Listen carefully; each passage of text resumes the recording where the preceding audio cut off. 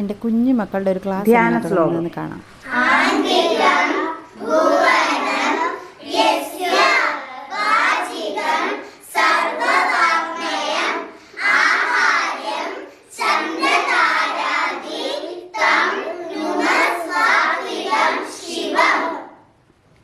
ഭൂമിദേവി ശ്ലോകം.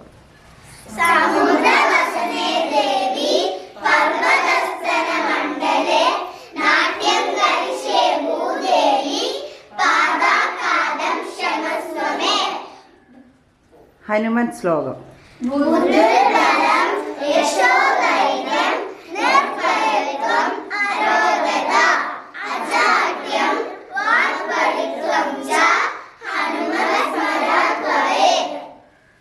ഗുരുവന്ദനം.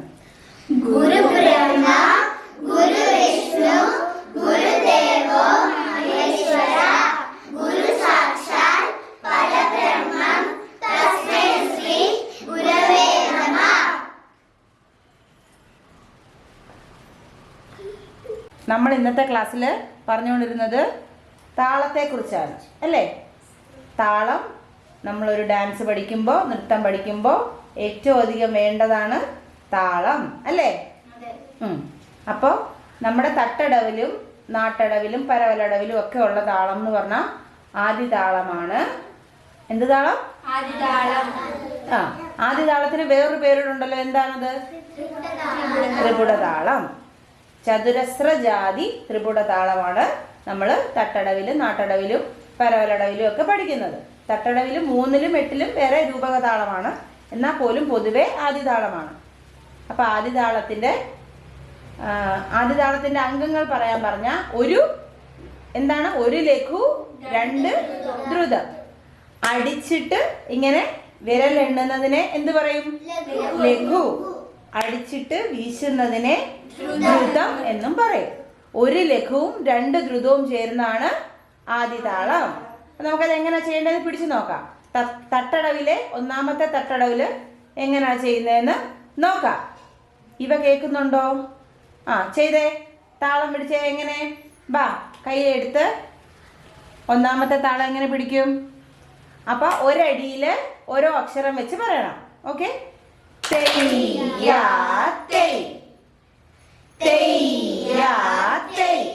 പറയൂ. ഇവ പറയൂ.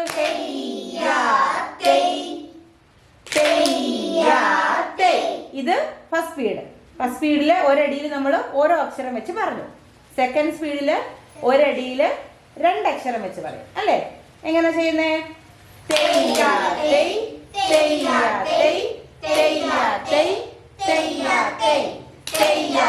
പറയൂ.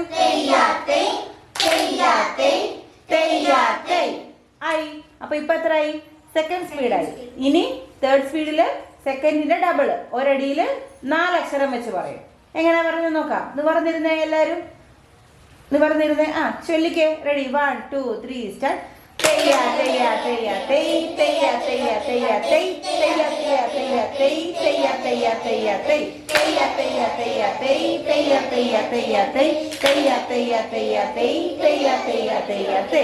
അങ്ങനെ പറയും. നമുക്ക് ഇത് 3ഉം കൂടെ ഒന്നിച്ചൊന്ന് പറഞ്ഞു നോക്കാം. ഓക്കെ? ഇവ പറയാം. നിവർന്നിരുന്നേ. നിവർന്നിരുന്നേ.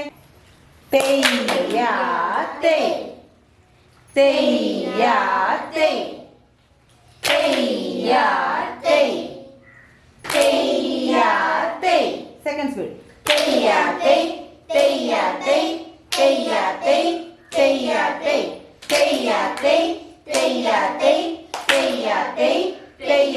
Third speed.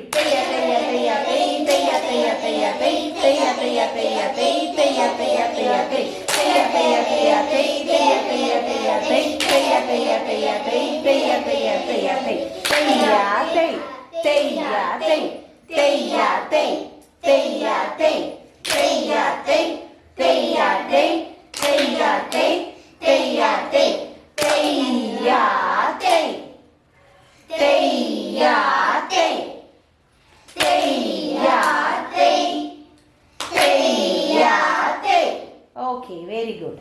അപ്പൊ എല്ലാവർക്കും മനസ്സിലായല്ലോ?